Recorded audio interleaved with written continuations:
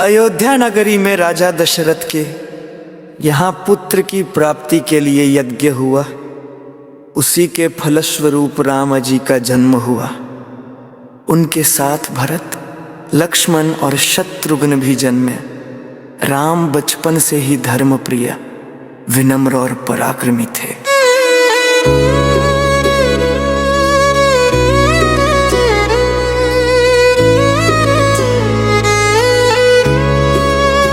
बड़े होकर राम जी ने गुरु विश्वामित्र के साथ राक्षसों का वध किया और जनकपुरी में धनुष तोड़कर सीता जी से विवाह किया।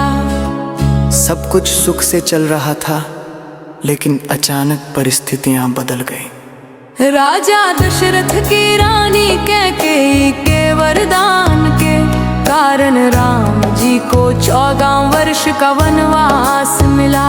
राम जी ने पिता की आज्ञा मानकर वनवास स्वीकार किया। उनके साथ सीता जी और लक्ष्मण भी वन गए।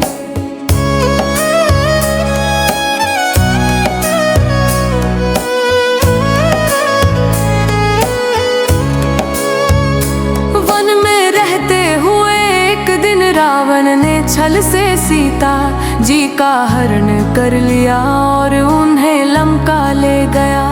राम जी दुखी हुए, लेकिन उन्होंने हार नहीं मानी। इसी दौरान उनकी मुलाकात हनुमान जी और सुग्रीव से हुई।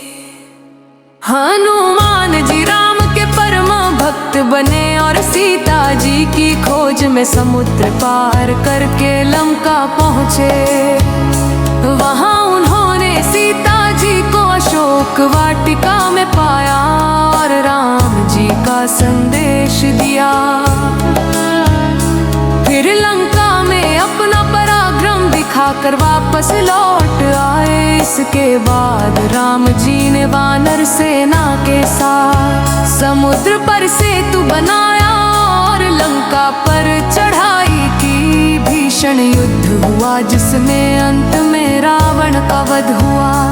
इसके बाद सीता जी को सम्मान पूर्वक वापस लाया गया। वनवास पूरा होने के बाद राम जी अयोध्या लौटे और उनका राज्याभिषेक हुआ। राम राज्य में सब सुखी थे, लेकिन बाद में समाज के संदेह के कारण सीता जी को पुनः वनवास जाना पड़ा।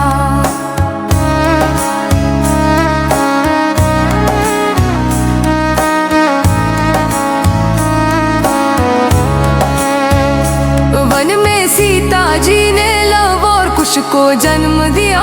वे दोनों बड़े होकर वीर और ज्ञानी बने। उन्होंने राम कथा का गान किया और अंत में राम जी को सच्चाई का ज्ञान हुआ। अयोध्या में राज्य करते हुए जब समय बीत गया, तब एक दिन लव और कुश ने राम कथा गाकर सबको भाव विभोर कर दिया।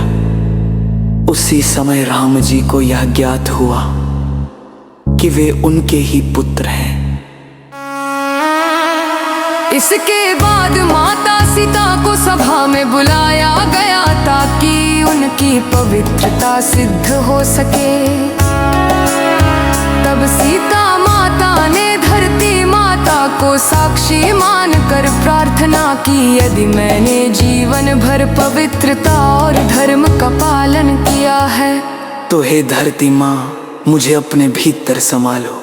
जैसे ही उन्होंने ये वचन कहा, धरती फट गई और एक दिव्य सिंहासन प्रकट हुआ। धरती माता स्वयं प्रकट हुई और सीता जी को अपने साथ ले गई। यह दृश्य देखकर सभी स्तब्ध रह गए और श्री राम अत्यंत दुखी हुए, परंतु उन्होंने से भी धर्म की इच्छा मानकर स्वीकार किया।